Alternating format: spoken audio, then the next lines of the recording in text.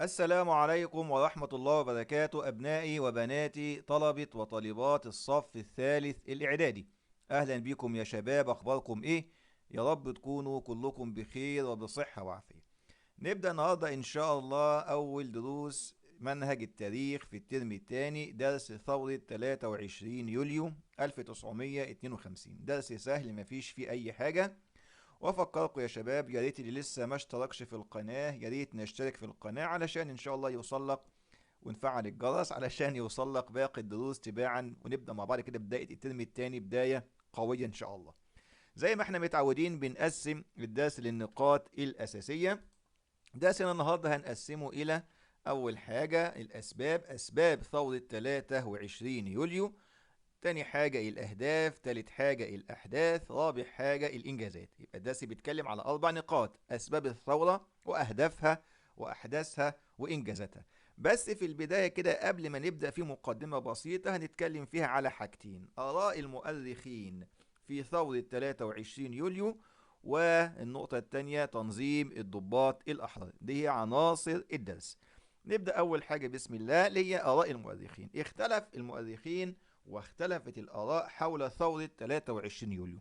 من على سبيل المثال أول نقطة، بعض المؤرخين بيروا أن ثورة 23 يوليو اكتسبت أهميتها للأثر اللي تركته على أغلب حركات التحرر في المنطقة العربية وفي العالم بصفة عامة، زي مثلا حركة الحياد الإيجابي وحركة عدم الانحياز. يبقى الثورة اكتسبت أهميتها لأثرها على حركات التحرر في العالم. وفي بعض المؤرخين بيرى ان ثورة 23 يوليو ما بدأتش من مجرد تنظيم او تأسيس تنظيم الضباط الاحرار، ولكنها عبارة عن سلسلة او جزء من سلسلة طويلة من النضال وكفاح الشعب المصري اللي بدأت منذ الثورة العربية. اتفقنا يا شباب؟ ده آراء المؤرخين حول ثورة 23 يوليو. النقطة التانية بقى تنظيم الضباط الأحرار. إيه هو التنظيم دوت؟ تنظيم الضباط الأحرار ده التنظيم الذي قام بثورة 23 يوليو. التنظيم دوت أسسه جمال عبد الناصر، أو الرئيس جمال عبد الناصر هو الذي قام بتأسيس هذا التنظيم. وتكون تنظيم الضباط الأحرار من مجموعة ضباط من الجيش المصري. وهدف التنظيم هو القضاء على الفساد وتحرير مصر من الاحتلال. فالأسئلة اللي هتجيلك على الجزئية دي: تنظيم الضباط الأحرار، تنظيم من ضباط الجيش المصري أسسه جمال عبد الناصر، هدف التنظيم القضاء على الفساد وتحرير مصر من الاحتلال. وديت صورة بتضم قادة تنظيم الضباط الأحرار. وفي من الصور ديت فيه ثلاثة منهم تولوا منصب رئيس الجمهورية. أول واحد الرئيس محمد نجيب، وبعد كده الرئيس جمال عبد الناصر، والرئيس محمد أنور السادات. ده بالنسبة لتنظيم الضباط الأحرار. نرجع بقى لنقاط الدرس الأساسية. قلنا الأسباب والأهداف والأحداث والإنجازات. بالنسبة لأسباب ثورة يوليو عندنا 6 أسباب. أول سبب استمرار الاحتلال البريطاني. اتنين هزيمة الجيش المصري في حرب فلسطين 1948. السبب الثالث فساد النظام الملكي. السبب الرابع عدم وجود حياة ديمقراطية سليمة. رقم 5 تدهور الحياة الاقتصادية. ورقم 6 سوء الأحوال الاجتماعية. 6 أسباب لثورة يوليو. أول سبب استمرار الاحتلال البريطاني. ده ليه بقى؟ لأن لأن معاهدة 1936 اللي كنا خدناها طبعا في الترم اللي فات اللي فاكرها طبعا. الثورة ديت أثبتت إن استقلال مصر لم يكن استقلال حقيقي. بيجيب لك هنا دليل، يقول لك دلل أنه ثبت أن معاهدة 1936 لم تؤدي إلى الاستقلال الحقيقي للبلاد. لأن في حادثة حصلت وكنا خدناها في الترم اللي فات، وهي حادثة 4 فبراير لما القوات الإنجليزية حصت قصر عابدين علشان تجبر الملك فاروق على تعيين مصطفى النحاس باشا رئيس للحكومة. فالموقف دوت أثبت إن مصر ما زالت محتلة. يبقى أنت عندك أول سبب لثورة يوليو استمرار الاحتلال البريطاني. إيه الدليل؟ حادثة 4 فبراير. اتفقنا؟ ده أول سبب. السبب الثاني هزيمة الجيش المصري في حرب فلسطين 1948. والدرس دوت أو الحرب دي تحديدا هناخدها إن شاء الله بالتفصيل في الدرس الثاني من المنهج، ولكن اللي عليك بس في الجزئية ديت بيقول لك بما تفسر هزيمة الجيش المصري في حرب فلسطين، عندك طبعا مساعدة أمريكا وبريطانيا لإسرائيل، وعدم استعداد الجيش المصري والعربي عسكريا للحرب. ده السبب الثاني لثورة يوليو، يبقى أول سبب. تمام، استمرار الاحتلال البريطاني. والسبب الثاني هزيمة الجيش المصري في حرب فلسطين. السبب الثالث فساد النظام الملكي، وده بسبب ايه؟ طبعا بسبب استبداد وظلم الملك فاروق وانتشار الرشاوي كما حدث في صفقة الأسلحة الفاسدة. السبب الرابع عدم وجود حياة ديمقراطية سليمة، وده بسبب ايه؟ بسبب خضوع مصر للاحتلال. طبعا دولة محتلة بالتأكيد مش هيكون فيها حياة ديمقراطية سليمة. وفساد النظام الملكي لسه قايلينه من شوية، وفساد الأحزاب السياسية وصراعها من أجل الوصول للحكم. كل دوت أدى إلى عدم وجود حياة ديمقراطية سليمة. رقم 5 من أسباب ثورة يوليو تدهور الحياة الاقتصادية لمصر، وده بسبب إيه؟ لأن معاهدة 36 اللي اتكلمنا عليها من شوية أدت إلى جعل مصر ميدانا لمعارك الحرب العالمية الثانية. في معارك حصلت في الحرب العالمية الثانية حصلت في مصر، يعني مصر دخلت في حرب ملهاش أي ذنب فيها. والنقطة الثانية استنزاف موارد مصر لخدمة بريطانيا وحلفائها، لأن في المعاهدة كان في بنود بتقول إن لو بريطانيا دخلت الحرب أي معسكرات، أي وسائل مواصلات، أي حاجة في مصر تكون في خدمة بريطانيا. ولو بريطانيا محتاجة إنشاء أي شيء مصر هتقوم بإنشائه. فمصر صرفت في الحرب ديت مبالغ طائلة أثرت على اقتصاد مصر. فمعاهدة 36 استنزفت موارد مصر لخدمة بريطانيا وحلفائها. ده في النهاية أدى إلى إيه؟ أدى في النهاية إلى إرهاق الاقتصاد المصري وزيادة معاناة الشعب المصري. آخر سبب في ثورة يوليو سوء الأحوال الاجتماعية، وده بسبب إيه؟ الصراعات السياسية بين الأحزاب بتتصارع علشان توصل للحكم، وفي النهاية بتقدمش خدمات فعلية للشعب. وظاهرة الإقطاع، وكلمة الإقطاع معناها امتلاك فئة صغيرة، عدد قليل من الناس، لمساحات كبيرة من الأراضي الزراعية وتسخير الفلاحين في زراعتها. الإقطاعيين دول عبارة عن مجموعة من الناس أقارب الملك أو الحاشية اللي حوالين الملك. طبعا يكون عندهم مساحات رهيبة، مساحات ضخمة من الأراضي الزراعية، وبيسخروا الفلاحين في زراعتها. فظاهرة الإقطاع ديت أدت إلى جعل فئة صغيرة تملك الأراضي وتستبد وتظلم، وانتشار الفقر والمرض. فاحنا عندنا كده كام سبب لثورة يوليو؟ ست أسباب. نيجي بقى عند النقطة التانية، أهداف ثورة يوليو. برضه عندنا 6 أهداف، منهم القضاء على 3 حاجات وإقامة 3 حاجات. يعني أهداف ثورة يوليو 3 قضاء و3 إقامة. القضاء على الاستعمار، القضاء على الإقطاع. طبعا الاستعمار معناه الاحتلال، والإقطاع لسه قايلينه من شوية اللي هو امتلاك فئة صغيرة لمساحات كبيرة من الأراضي الزراعية. والاحتكار وسيطرة رأس المال على المشاريع وعلى الاقتصاد. فعندك القضاء على 3 حاجات: الاستعمار، الإقطاع، الاحتكار. وإقامة إيه بقى؟ إقامة 3 حاجات: إقامة جيش وطني قوي، وإقامة عدالة اجتماعية، وإقامة حياة ديمقراطية سليمة. يبقى احنا عندنا كده كام هدف لثورة يوليو؟ عندنا 6 أهداف. اتفقنا يا شباب؟ القضاء على الاستعمار، القضاء على الإقطاع، والقضاء على الاحتكار. وإقامة كم حاجة؟ إقامة جيش وطني قوي، وعدالة اجتماعية، وحياة ديمقراطية سليمة. ده بالنسبة للنقطة التانية اللي هي الأهداف. طيب، إيه الأحداث بقى؟ إيه اللي حصل في ثورة يوليو؟ طبعا في صباح يوم 23 يوليو 1952 اتحرك الضباط الأحرار كل ضابط من معسكره بقواته، وسيطروا على المواقع المهمة في القاهرة والإسكندرية. ده حصل بعد منتصف الليل، يعني بعد الساعة 12 مساء من 23 يوليو لغاية لما النهار طلع. كانوا سيطروا على كل شيء في الدولة. والجزء بقى اللي فيه الأحداث دي هنتكلم على حاجتين: بيان الثورة ومطالب الثورة. الناس صحت الصبح لقت الجيش منتشر في الشوارع زي ما انتم شايفين في الصورة كده، الدبابات والمدرعات منتشرة في شوارع القاهرة، مش عارفين ايه اللي بيحصل. فكان وسيلة الإعلام الأساسية وقتها الراديو، فبيفتحوا الراديو سمعوا البيان الأول لثورة يوليو. البيان اللي ألقى البيان هو محمد أنور السادات. فبيجي لك سؤال يقول لك من هو ألقى البيان الأول لثورة يوليو؟ طبعا محمد أنور السادات. ألقاه بقى باسم مين؟ مين القائد للثورة؟ اللواء محمد نجيب. وبعد بيان ثورة يوليو أصبح اللواء محمد نجيب مسيطرا على جميع قطاعات الجيش المصري.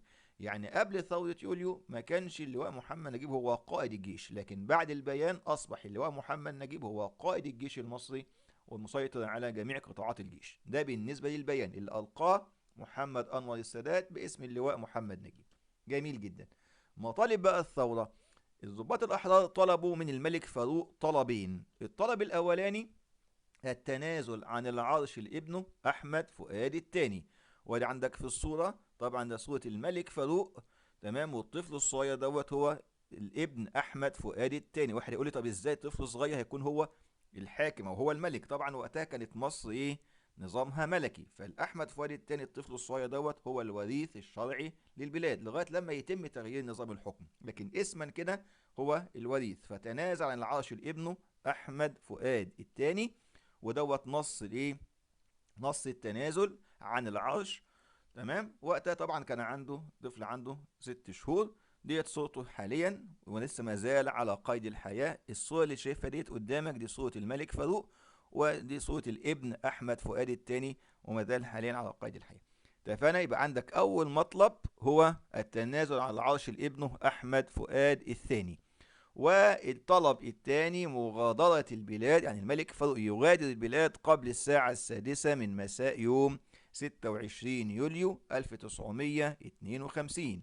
وفعلا الملك فاروق تنازل عن العرش وغادر البلاد حتى قبل الميعاد اللي هم محددينه له. وافق الملك فاروق على طلبات ضباط الأحرار. بيجي لك هنا سؤال، ليه الملك فاروق وافق على الطلب؟ طبعا ديت صورة الملك فاروق هو على السفينة عند مغادرة مصر. ليه وافق بقى على الطلبات؟ لسببين. أول سبب إنه أدرك أن الجيش والشعب يكرهان حكمه، خلاص كارهين حكمه وتخلي الإنجليز عنه. ده بالنسبة للنقطة الثالثة من الدرس اللي هي الأحداث. كده اتكلمنا عن الأسباب والأهداف والأحداث. نيجي بقى عند آخر حاجة من الدرس وهي الإنجازات. عندنا الإنجازات الثورة في 4 مجالات: المجال السياسي، المجال الاقتصادي، المجال الاجتماعي، المجال العربي والدولي. بالنسبة للمجال السياسي، أول حاجة عندك في شهر ديسمبر 1952 تم إلغاء دستور 1923. ده الدستور اللي كانت كنا خدناه في الترم اللي فات. فاتلغى الدستور دوت في آخر السنة 1952 ديسمبر 52 إلغاء دستور 23. وبعد كده في يناير 53 أول السنة الجديدة حل الأحزاب السياسية. رقم 3 في يونيو 53 من نفس السنة إلغاء الملكية وإعلان الجمهورية. كده عندنا كم إنجاز سياسي؟ 3: إلغاء دستور 23، حل الأحزاب السياسية، إلغاء الملكية وإعلان الجمهورية، وتم اختيار الرئيس محمد نجيب أو اللواء محمد نجيب أول رئيس للجمهورية. اتفقنا؟ الإنجاز الرابع السياسي في أكتوبر 54 توقيع اتفاقية الجلاء إن إنجلترا تمشي من مصر. ودي الصورة طبعا الرئيس جمال عبد الناصر هو بيوقع على اتفاقية الجلاء. وتم الجلاء فعليا، تم خروج الإنجليز فعليا من مصر في 18 يونيو 1956 جلاء القوات البريطانية عن مصر، وبيعتبر يوم 18 يونيو دوت عيد الجلاء. آخر إنجاز سياسي يوليو 1956 تأميم شركة قناة السويس. وكلمة تأميم معناه تحويل ملكية القناة أو ملكية الشركة قناة السويس من ملكية خاصة إلى ملكية الدولة. ودي صورة الرئيس جمال عبد الناصر هو بيلقي الخطاب في الإسكندرية وبيعلن فيها تأميم شركة قناة السويس. فاحنا عندنا كده 6 إنجازات في المجال السياسي. اتفقنا؟ فالأسئلة بقى بيجي لك ازاي؟ يقول لك لأي الإنجازات، يعني على سبيل مثلا المثال يقول لك حل الأحزاب السياسية. ده من إنجازات ثورة يوليو في المجال إيه؟ السياسي ولا الاقتصادي ولا الاجتماعي وهكذا. فأنت تبقى أنت في المجال السياسي ديت الإنجازات السياسية. النقطة التانية بقى في المجال الاقتصادي. في المجال الاقتصادي نتكلم على الزراعة والصناعة والتجارة. أول حاجة عندك في الزراعة، إنجازات ثورة يوليو في الزراعة عندك حاجتين: التوسع في استصلاح الأراضي وإنشاء السد العالي. يقول لك دلل على اهتمام ثورة يوليو بالمجال الزراعي. أول نقطة التوسع في استصلاح الأراضي، والنقطة الثانية إنشاء السد العالي. طب تم إنشاء السد العالي بهدف إيه؟ بهدف حماية البلاد من خطر الفيضان وتخزين المياه وتوليد الكهرباء. يبقى أنت عندك من شوية هنا كنا بنتكلم على الإنجازات في المجال السياسي. بيجي لك السؤال يقول لك مثلا تأميم قناة السويس من إنجازات ثورة يوليو في المجال الإيه؟ هتقول له في المجال السياسي. طب إنشاء السد العالي من إنجازات ثورة يوليو في المجال الإيه؟ هتقول له في المجال الاقتصادي. تبقى أنت عارف كده كل مجال إيه هي الإنجازات اللي تمت فيه. بالنسبة بقى للصناعة، إنجازات ثورة يوليو في الصناعة، الدليل على اهتمام ثورة يوليو بالصناعة ثلاث حاجات: إنشاء مصانع، والاهتمام بالتعليم الصناعي، واكتشاف البترول. فبالنسبة لإنشاء المصانع عندك إنشاء مصنع الحديد والصلب في حلوان، ومصنع الأسمدة في أسوان. ويجي لك برضه هنا السؤال يقول لك أكمل أو اختيار أو صح غلط إنشاء مصنع الحديد والصلب فين؟ يبقى مصنع الحديد والصلب في حلوان، ومصنع الأسمدة فين؟ في أسوان. النقطة الثانية الاهتمام بالتعليم الصناعي لتخريج طبعا فنيين وكوادر مدربة. والنقطة الثالثة الاهتمام بالبحث عن البترول. يبقى أنت عندك فيه ثلاث حاجات في الصناعة: إنشاء مصانع، تعليم صناعي، بترول. اتفقنا يا شباب؟ بالنسبة بقى للمجال في التجارة عندك حاجتين: فتح أسواق خارجية جديدة لتسويق المنتجات المصرية، وتمصير البنوك وشركات التأمين. وكلمة تمصير يعني تحويل إدارتها وملكيتها إلى إدارة مصرية أو ملكية مصرية. فعندك كده ثلاث حاجات في الاقتصاد: زراعة وصناعة وتجارة. بالنسبة بقى للمجال الاجتماعي هنتكلم فيها على حاجتين: القضاء على الإقطاع، وإقامة عدالة اجتماعية. وطبعا والنقطتين دول كنا اتكلمنا عليهم في أهداف الثورة. قلنا أهداف الثورة القضاء على ثلاث حاجات وإقامة ثلاث حاجات: القضاء على الاستعمار، ودوت تم من خلال اتفاقية الجلاء، والقضاء على الإقطاع، والقضاء على الاحتكار، وإقامة إيه بقى؟ إقامة جيش وطني قوي، وعدالة اجتماعية، وحياة ديمقراطية سليمة. فإقامة عدالة اجتماعية والقضاء على الإقطاع نتكلم عليهم دلوقتي. القضاء على الإقطاع، الإقطاع يا شباب قلنا الإقطاع معناه امتلاك فئة قليلة لمساحات كبيرة من الأراضي الزراعية. واحد مثلا من الحاشية أو من البشوات عنده عدد كبير جدا من الفدادين من الأراضي الزراعية. فثورة يوليو طلعت قانون اسمه قانون الإصلاح الزراعي. قانون الإصلاح الزراعي في سبتمبر 1952. القانون دوت بيحدد الملكية، مساحة الملكية الزراعية. يعني أول قانون صدر بيقول لك إن محدش يمتلك أكتر من 200 فدان. يعني مثلا اللي عنده 1000 فدان هيتاخد منه الأراضي كلها، ويتبقى له فقط قد إيه؟ 200 فدان. طب بقية الأراضي هتتوزع على الفلاحين. في بواقع كل فلاح هيمتلك 5 فدادين. في ناس خدت وناس لسه ما خدتش، راحوا مطلعين قانون تاني بتحديد الملكية إلى 100 فدان، وخدوا منه ال100 التانية واتوزعت على الفلاحين. وبرضه لسه في ناس ما خدتش أراضي، فطلعوا آخر قانون بتحديد الملكية ب50 فدان. فقانون الإصلاح الزراعي كان هدفه القضاء على الإقطاع وتحديد مساحة الأراضي الزراعية. فتم أخذ مساحات كبيرة جدا من الأراضي الزراعية وتم توزيعها على الفلاحين. وادي عندك هنا صور توزيع عقود الملكية الزراعية على الفلاحين. وبكده تم القضاء على الإقطاع. الهدف الثاني بقى إقامة عدالة اجتماعية، منها على سبيل المثال مجانية التعليم. وكنا قلنا قبل كده ان الانجليز لما احتلوا مصر اهملوا التعليم، وخلوا التعليم بمصاريف غالية جدا لا يقدر عليها الا الاغنياء. فطلعوا قانون مجانية التعليم ان الشعب كله يتعلم ببلاش، يتعلم مجاني. واقامة الوحدات الصحية، وتحديد ساعات العمل، ان العامل يروح المصنع في ميعاد وبيمشي في ميعاد، ولو اشتغل اكتر من الميعاد المخصص ليه بياخد اجر اضافي. وقوانين التأمينات الاجتماعية والمعاشات، لو واحد توفي ولا حاجة أهله بياخدوا معاش، واحد أصيب ولا حاجة في العمل بياخد معاش. آخر حاجة عندك منح المرأة حق الانتخاب والترشح لمجلس الأمة، يكون لها حق إنها تترشح نفسها أو إنها تنتخب. طبعا دي الإنجازات في المجال الاجتماعي. فمهم يا شباب تبقى أنت عارف إن مجانية التعليم، تحديد ساعات العمل، قوانين التأمينات الاجتماعية، كل الكلام دوت في إنجازات ثورة يوليو في المجال الاجتماعي. وما تلخبطش ما بين المجال الاجتماعي والاقتصادي والسياسي. آخر حاجة عندنا اللي هي المجال العربي والدولي. هنتكلم فيها على أول حاجة مساندة الدول العربية والإفريقية لنيل الاستقلال، اللي كانت لما قامت ثورة يوليو كان لسه في عندك دول عربية ودول إفريقية ما زالت محتلة. فمصر ساعدت الدول ديت في الحصول على استقلالها، زي السودان وتونس والجزائر والمغرب والكويت والعراق واليمن وكينيا كدولة أفريقية.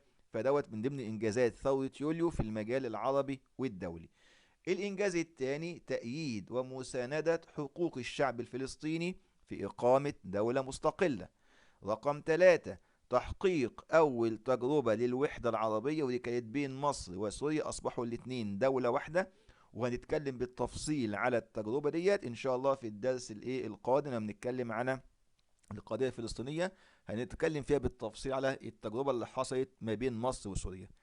الإنجاز الرابع في المجال العربي والدولي كسر احتكار السلاح العالمي بعقد صفقة الأسلحة الشرقية. يعني إيه الكلام دوت؟ إن في الفترة اللي كان محتكر، يعني الوحيد اللي كان ينفع يبيع سلاح في منطقة الشرق الأوسط، الدول الأوروبية وأمريكا. فطبعا وقتها كانت مصر عايزة تعيد من تاني بناء قواتها المسلحة وتبني جيش وطني قوي، ولكن الغرب كان رافض إمداد أو تصدير السلاح إلى مصر. وفي وقتها ما كانش حد ينفع يشتري سلاح إلا من أوروبا وأمريكا. فمصر كسرت الاحتكار دوت، لا احنا مش، حتى لو مش هتدونا سلاح احنا نجيب سلاح من غيركم. واستوردنا السلاح من الاتحاد السوفيتي. فالموقف دوت طبعا يعني يعتبر تحدي صريح لاوروبا وامريكا، ان انتوا يعني ايه، ازاي تتصرفوا، ازاي جالكم ان انتوا تستوردوا سلاح من حد تاني. فموقف مصر دوت هو كسر احتكار السلاح العالمي بعقد صفقة الأسلحة الشرقية. وده كان ليه طبعا نتيجة بعد كده هنبقى نعرفها بالتفصيل إن شاء الله في الدرس اللي جاي. يبقى أنت عندك الإنجاز في المجال العربي والدولي كسر احتكار السلاح العالمي بعقد صفقة الأسلحة الشرقية. رقم 5 المساهمة في تشكيل حركة عدم الانحياز. برضه يعني ايه الكلام ده؟ في الفترة ديت كان العالم منقسم إلى معسكرين: المعسكر الشرقي الاتحاد السوفيتي، والمعسكر الغربي اللي هو أمريكا وحلفائها. فكانت بقى الدول بتختار هل هي مع الشرق أو مع الغرب، مع الاتحاد السوفيتي ولا مع أمريكا. وطبعا كنا عرفنا من ايام الحرب العالميه ان لما فيه دوله بتكون في حلف عسكري مع دول تانية، لو دوله منهم دخلت حرب فبالتالي كل الدول بتشترك معاها. فمصر قالت احنا لا مع ده ولا مع ده، احنا على الحياد بنعامل الجميع كويس، ومش داخلين في حلف عسكري لا مع الشرق ولا مع الغرب. دي اسمها حركه عدم الانحياز. لا احنا منحازين للشرق ولا منحازين للغرب، والحياد الايجابي احنا على الحياد. فالحركة ديت بدأت طبعا بمصر والهند ويوغوسلافيا وإندونيسيا. وتم إعلان الكلام دوت في مؤتمر باندونج في إندونيسيا سنة 1955. اتفقنا يا شباب؟ وبرضه بفكركم ان الحركه دي هنتكلم عليها برضه بالتفصيل ان شاء الله في اخر الدرس في المنهج لما نتكلم على المنظمات الدوليه. فانت عندك كده في 5 انجازات في المجال العربي والدولي. قلنا مساندة الدول العربية والأفريقية للحصول على الاستقلال، مساعدة الشعب الفلسطيني، التجربة بين مصر، الوحدة بين مصر وسوريا، كسر احتكار السلاح، وحركة عدم الانحياز. وبكده نكون اتكلمنا على إنجازات ثورة يوليو، واتكلمنا على ال4 نقاط هي الأسباب والأهداف والأحداث والإنجازات. وبكده نكون خلصنا أول درس في التاريخ ثورة 23 يوليو. أرجو تكونوا استفدتوا النهاردة. ولو في حد عنده أي سؤال أو استفسار يكتب لي في التعليقات، وإن شاء الله هرد عليكم ونتواصل مع بعض. واشوفكم على خير ان شاء الله في درس جديد وفيديو جديد، والسلام عليكم ورحمة الله وبركاته.